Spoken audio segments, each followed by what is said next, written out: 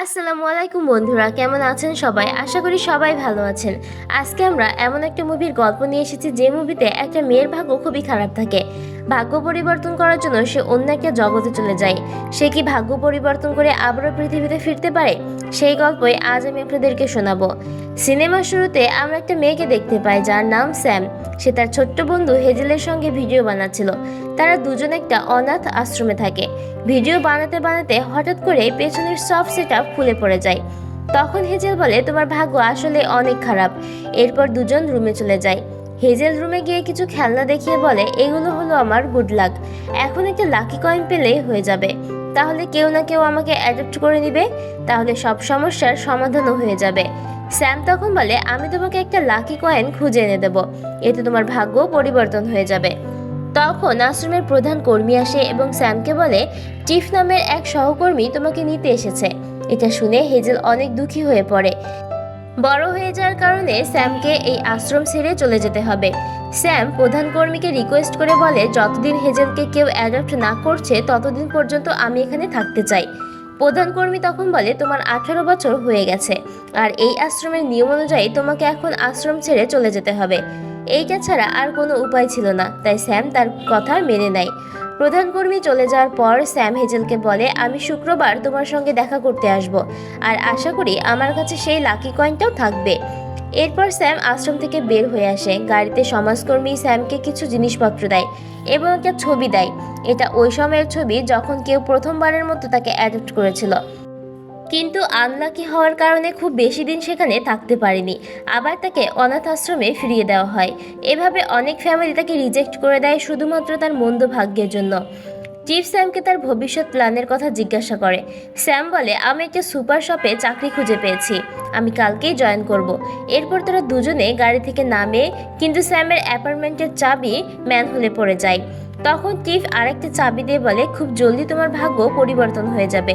এরপর স্যামকে আমরা তার রুমে দেখতে পাই এবং সেখানে তার মন্দ ভাগ্যের কিছু নমুনা দেখা যায়, যেখানে সে ঘরের কোনো কাজই ঠিকঠাক করতে পারছিল না। স্যাম কোনোভাবে শপে পৌঁছায়। শপের মালিক স্যামকে দেখে মনে করে এই স্যামই হচ্ছে তার শপের জন্য পারফেক্ট কর্মচারী, কিন্তু তার এই ভ্রম কিছুক্ষণ পরেই কেটে যায়। সে দেখে স্যাম তার পুরো শপ এলোমেলো করে ফেলেছে। পরের দিন স্যাম অনাথ আশ্রমে যায় হেজেলের সঙ্গে দেখা করার জন্য। সেখানে গেলে প্রধান কর্মী তাকে জানায় হেজেলকে একটা ফ্যামিলি অ্যাডাপ্ট করতে এসেছিল, তারা এখন আর অ্যাডাপ্ট করবে না বলে জানিয়ে দিয়েছে। তবে হ্যাঁ, আরেকটি নতুন পরিবার হেজেলকে দেখার জন্য আগামী রবিবার আসবে। স্যাম হেজেলের সঙ্গে দেখা করে হেজেল খুবই দুঃখী ছিল, কারণ ওই পরিবার তাকে অ্যাডাপ্ট করেনি। স্যাম হেজেলকে আশ্বাস দিয়ে বলে, খুব জলদি তুমি একটা নতুন পরিবার পেয়ে যাবে। কিন্তু হেজেল মনে করে তার গুড লাক কোথাও আটকে আছে, তাই সে স্যামকে বলে সে লাকি কয়েনটা খুব জলদি খুঁজে আনতে। এরপর আমরা স্যামকে দেখতে পাই সে একটা দোকান থেকে স্যান্ডউইচ কিনে বাইরে বসেছিল। তখন একটা কালো রঙের বিড়াল এসে তার পাশে বসে। স্যাম বিড়ালটাকে ক্ষুধার্ত মনে করে তাকে কিছু খাবার খেতে দেয়। বিড়ালটা তখন স্যান্ডউইচ খেতে থাকে। স্যাম তখন বলে, আমার জীবনটাও যদি তোমার মতো চিন্তামুক্ত হতো, আমার মন্দভাগ্য সবসময় 2 কদম আগে চলে। আমার এই মন্দভাগ্যের ছায়া হয়তো হেজেলের উপরে পড়েছে। বিড়াল তো তখন দৌড়ে সেখান থেকে চলে যায়। স্যাম তখন একটা সেখানে লাকি কয়েন পড়ে থাকতে দেখে। স্যাম কয়েনটা তুলে নিয়ে পকেটে নেয়। পরদিন স্যাম যখন সকালে ঘুম থেকে উঠে দেখে তার সকল কাজ সুন্দরভাবে হচ্ছে, ম্যাচিং মোজাও সে পেয়ে গেছে। এসব দেখে স্যাম খুবই অবাক হয়ে যায়। তখন তার পকেট থেকে কয়েনটা পড়ে যায়। সে দেখে কয়েনটা নকশা করা। কয়েন আসলে যেমন হয় সেরকমই ছিল না, অন্যরকম ডিজাইন করা। স্যাম মনে করে এটা হলো সেই লাকি কয়েন। তারপর সে ছোট্ট একটা পরীক্ষা করে। একটু পরে সে বুঝতে পারে আসলে এটা একটা লাকি কয়েন, যেই কয়েনের কথা হেজেল তাকে বলেছিল। এরপর স্যাম অনাথ আশ্রমে ফোন করে আর প্রধান কর্মীকে বলে, আজ সন্ধ্যায় আমি হেজেলকে নিতে আসব। এরপর স্যাম তার শপে যায় এবং সেখানকার কাজকর্ম খুব ভালোভাবেই করতে থাকে। স্যামের বস বিশ্বাস করতে পারছিল না যে একজন মানুষ একদিনে কিভাবে এতটা পরিবর্তন হয়ে যেতে পারে। এরপর স্যাম ওয়াশরুমে যায়, কিন্তু তার ভুলের কারণে কয়েনটা বাথরুমে পড়ে যায়। স্যাম কয়েনটা বের করার চেষ্টা করে, কিন্তু আরও একটা ভুলের কারণে ফ্ল্যাশ অন হয়ে যায়। এরপর স্যাম সেই জায়গায় যায় যেখানে সে কয়েনটা পেয়েছিল। সেখানে গিয়ে তার সঙ্গে কালো বিড়ালটারও দেখা হয়। স্যাম বিড়ালটাকে বলে, এখানে আমি একটা কয়েন খুঁজে পেয়েছিলাম, এটা তার ভাগ্য খুলে দিয়েছিল। কিন্তু কয়েনটা ভুল করে বাথরুমে পড়ে যায়। এটা শুনে বিড়ালটা অবাক হয়ে যায় আর বিড়ালটা তখন বলে, এটা তুমি কি করলে? বিড়াল কথা বলছে এটা শুনে স্যামও অবাক হয়ে যায়। স্যাম দেখে বিড়ালের গলায় কয়েনের মতো সেরকম একটা ডিজাইন করা আছে। সে বুঝে যায় লাকি কয়েনটাই বিড়ালটি তাকে দিয়েছিল। স্যাম বিড়ালের কাছে আরও একটা লাকি কয়েন চায়, কিন্তু বিড়ালটা তখন সেখান থেকে দৌড়ে পালিয়ে যায়। এরপর সে বিড়ালের পিছু নেয়। অনেক চেষ্টা করার পরেও বিড়ালের নাগাল পায় না, যার কারণে সে অনেক উদাস হয়ে পড়ে। সে একটা ডাস্টবিনের কাছে এসে বসেছিল। স্যাম আবারও বিড়ালটিকে দেখতে পায়। দেখে বিড়ালটি রাস্তার উপরে একটা পোর্টাল তৈরি করেছে, সেখানে ঢুকে পড়ছে। স্যামের কাছে বিষয়টা খুবই অবাক লাগে, তবুও সে কয়েন নেওয়ার জন্য গর্তের ভেতরে লাফ দেয়। এখানে গল্পের সিন পাল্টে যায়। স্যাম একটা অন্য দুনিয়ায় এসে পৌঁছায়। বিড়ালটা স্যামকে দেখে ভয় পেয়ে যায়। তখন বিড়ালটা বলে এখানে কোনো মানুষের আসার অনুমতি নেই। বিড়ালটা তখন তাকে চলে যেতে বলে। স্যাম বলে, যদি এরকমই হয় তাহলে আমি এখান থেকে চলে যাব, কিন্তু এর বদলে তুমি আমাকে ওই লাকি কয়েনটা দাও। বিড়ালটা বলে, তুমি এই মুহূর্তে গুড লাক সিটিতে আছো, অর্থাৎ সৌভাগ্যের শহর। কেউ যদি তোমাকে দেখে ফেলে তাহলে আমাদের অনেক সমস্যা হবে। তখনই হঠাৎ কিছু শব্দ শুনতে পাওয়া যায়। বিড়ালটা স্যামকে লুকিয়ে পড়তে বলে। তখন সেখানে দুটো ল্যাব্রিকন আসে বিড়ালের কাছে। এই ল্যাব্রিকনের কাছেই গুড লাক কয়েন থাকতো, আর এরাই পৃথিবীতে বসবাসরত মানুষের কাছে গুড লাক পাঠাতো। তাদের কথোপকথন শুনতে পেরে স্যাম জানতে পারে এই বিড়ালটার নাম বব। যে কয়েনটা স্যাম হারিয়ে ফেলেছে সেটা দিয়ে বিড়ালটা ট্রাভেল করত। এটা ছাড়া শহরের ভেতরে প্রবেশ করা যাবে না। স্যাম এটাও জানতে পারে এই গুড লাক স্মৃতির ভেতরে আরেকটা জায়গা আছে যেখান থেকে লাকি কয়েন সরবরাহ করা হয়। ল্যাব্রিকন দুটো চলে যাওয়ার পর স্যাম ববকে বলে, চলো আমরা শহরের ওই জায়গায় যাই যেখানে লাকি কয়েন পাওয়া যায়। বিড়ালটা উপায় না দেখে স্যামের কথায় রাজি হয়ে যায়, কারণ গুড লাক সিটির যদি কেউ জানতে পারে বিড়ালটা আর কয়েন হারিয়ে ফেলেছে তাহলে তাকে এই শহর থেকে বের করে দেওয়া হবে। বিড়ালটিরও এই কয়েনটা খুবই দরকার ছিল, সে রাজি হয়ে যায়। কিন্তু সমস্যা হলো কয়েন আনার জন্য শহরের ভেতরে তো একটা কয়েন দিয়ে ভেতরে ঢুকতেই হবে, কিন্তু কয়েনটা সে পাবে কোথায়? স্যাম তখন তার ব্যাগের একটা বোতাম দেখিয়ে বলে, আমরা আপাতত এটা দিয়ে শহরের ভেতরে প্রবেশ করব। এরপর আমরা একটি ল্যাব্রিকন ক্যাপ্টেনকে দেখতে পাই, যে কিনা এখানকার সিকিউরিটির হেড। এখানে একটা মেশিনে কয়েন দিয়ে তবে শহরের ভেতরে ঢুকতে হবে। বব কয়েনটা মেশিনে দিলে কাজ হয়ে যায়। তারপর স্যাম ও বব দুজনে মিলে লুকিয়ে সিকিউরিটি পার হয়ে যায়। বব স্যামকে ল্যাব্রিকনের লকারের কাছে নিয়ে আসে, বলে এটা আমার বন্ধু জেরির লকার, আর জেরি এখানে একটা ল্যাব্রিকন যেখানে কয়েন বানানো হয়। আমার বন্ধু জেরি সেখানেই কাজ করে। লকারে জেরির ড্রেস রাখা ছিল, স্যাম সেটা পরে নেয়। ল্যাব্রিকন যেহেতু অনেক ছোট আকৃতির হয় তাই সবাই স্যামকে দেখে ববকে জিজ্ঞাসা করে এটাকে। বব তখন বলে ও লেডভেইন নামক কি দেশ থেকে এসেছে, সেখানকার ল্যাব্রিকন অনেক লম্বা হয়। এরপর ওরা দুজন জেরির সঙ্গে দেখা করে। জেরি স্যামের উচ্চতা দেখে ইমপ্রেস হয়ে যায়। বব বলে, স্যাম তোমার ফ্যাক্টরিটা একটু ঘুরে দেখতে চাই। এটা শুনে জেরি রাজি হয়ে যায় আর বলে, আজ আমরা কয়েন পলিশ করব, তুমি আমাদেরকে সাহায্য করতে পারো। স্যাম কাজের ফাঁকে কয়েন চুরি করার চেষ্টা করে, কিন্তু সে দেখে কয়েনগুলো চম্বুকের মতো টেনে উপরে নিয়ে যাচ্ছিল। স্যাম তখন তার বোতামটি পায়, কিন্তু তার মন্দ ভাগ্যের কারণে সব কিছু উল্টোপাল্টা হয়ে যায়, আর চম্বুকের মতো মেশিনটি বোতাম থেকে টেনে নেয়। সব ল্যাব্রিকনরা কারখানা থেকে বের হয়ে যায়। বব তখন বলে, এবার ক্যাপ্টেন ওই বোতামের ব্যাপারে জেনে যাবে যে আমরা তাকে ধোঁকা দিয়েছি। কয়েনের চিন্তা বাদ দিয়ে আমাদেরকে যত দ্রুত সম্ভব এখান থেকে বের হয়ে যেতে হবে। এরপর সেখানে জেরি চলে আসে। স্যাম জেরি সমস্ত সত্য কথা বলে দেয়। সব কিছু শুনে জেরি অনেক ভয় পেয়ে যায় আর বলে, ক্যাপ্টেন তোমাদের শাস্তি স্বরূপ ব্যাডলাক শহরে পাঠিয়ে দেবে, যেটা গুডলাক সিটির ঠিক নিচেই রয়েছে। এরপর জেরি একটা ড্রোনের কথা বলে, যেটা হারিয়ে যাওয়া কয়েন খুঁজে এনে দেয়, কিন্তু সেটা চালু করার জন্য একটা লাকি ক্রিস্টাল দরকার। এরপর তারা তিনজনে মিলে লাকি ক্রিস্টাল আনার জন্য বের হয়ে পড়ে। সেখানে গিয়ে স্যাম একটা ড্রাগনকে দেখতে পায়। যেই তখন বলে, এটা গুডলাক সিটির মেয়র পেপ।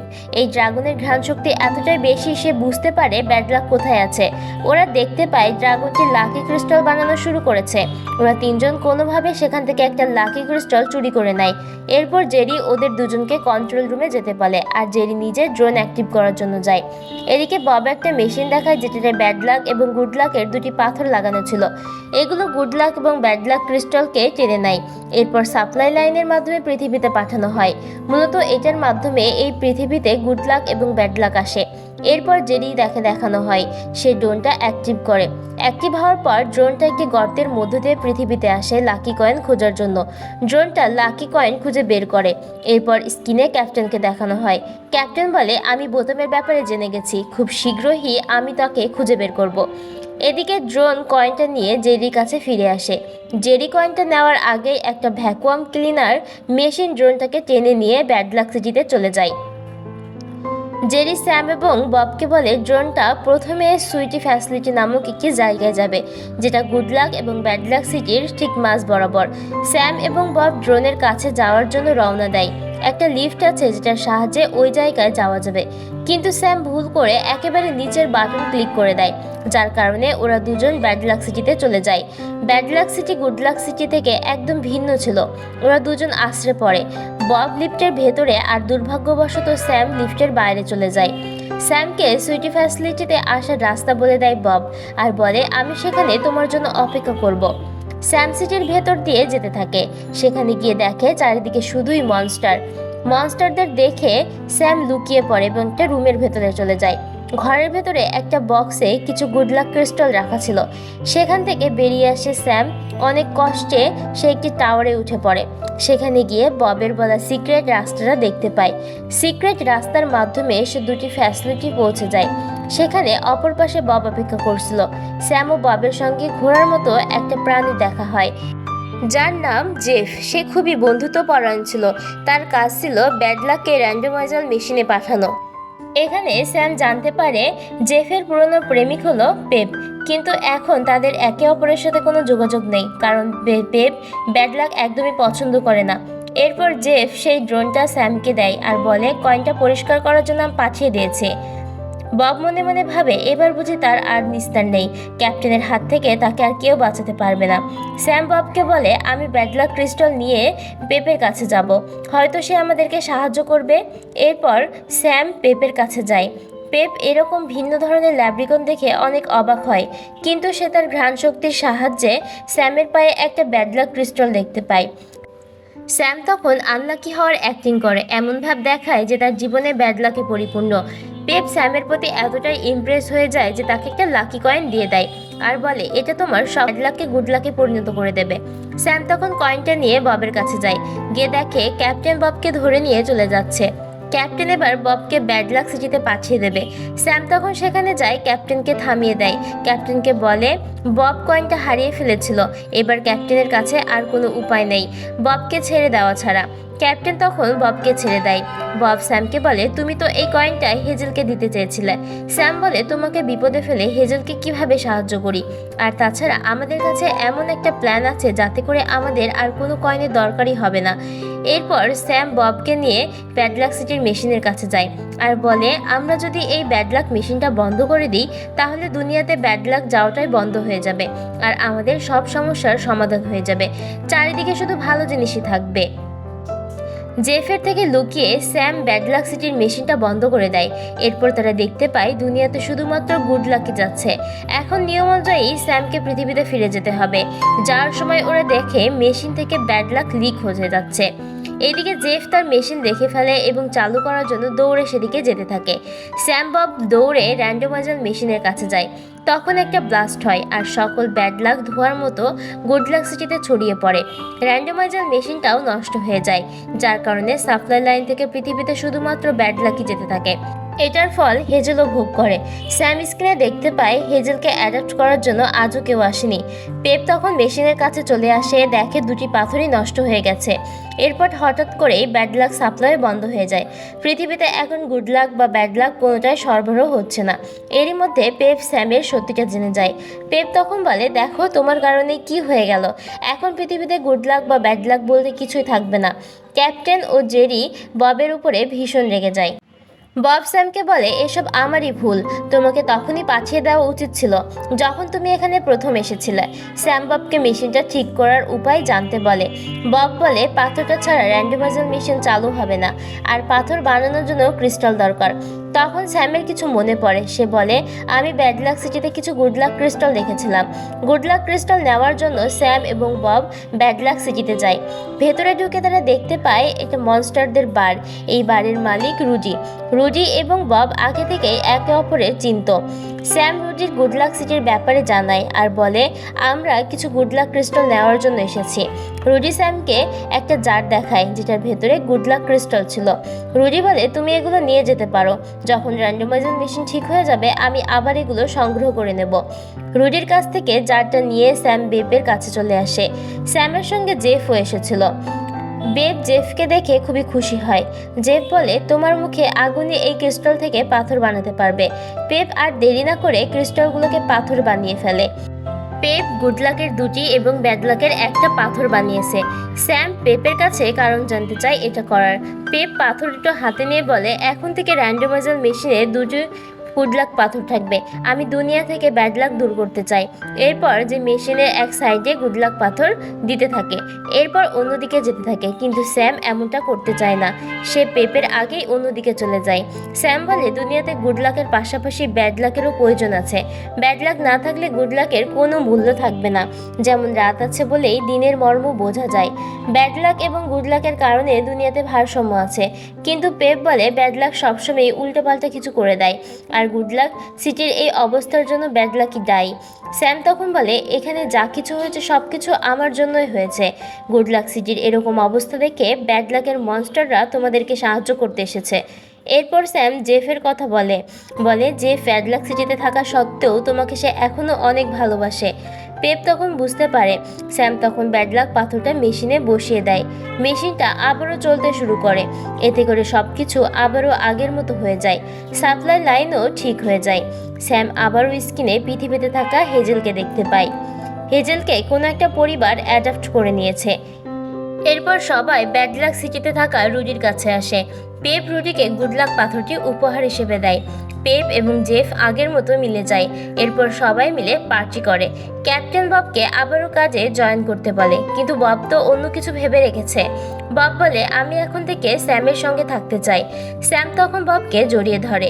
এরপর আমাদেরকে 1 বছর পরের সিন দেখানো হয়, যেখানে স্যাম তার ব্যাড লাককে মেনে নিয়েছিল। সে নিজের মতো করে কাজ করতে থাকে।